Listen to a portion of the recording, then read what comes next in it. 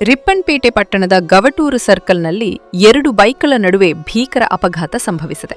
ಅಪಘಾತದ ಸಂಪೂರ್ಣ ದೃಶ್ಯ ಸಿಸಿಟಿವಿ ಕ್ಯಾಮೆರಾದಲ್ಲಿ ಸೆರೆಯಾಗಿದೆ. ಇಲ್ಲಿನ ಶ್ರೀರಾಮನಗರದ ವ್ಯಕ್ತಿ ಹಾಗೂ ಗವಟೂರು ಗ್ರಾಮದ ಯುವಕ ಚಲಾಯಿಸುತ್ತಿದ್ದ ಬೈಕ್ಗಳು ಮುಖಾಮುಖಿಯಾಗಿ ಬಿಕ್ಕಿಯಾಗಿವೆ. ಅದೃಷ್ಟವಶಾತ್ ಈ ಭೀಕರ ಅಪಘಾತದಲ್ಲಿ ಯಾರಿಗೂ ಗಂಭೀರ ಗಾಯಗಳಾಗಿಲ್ಲ.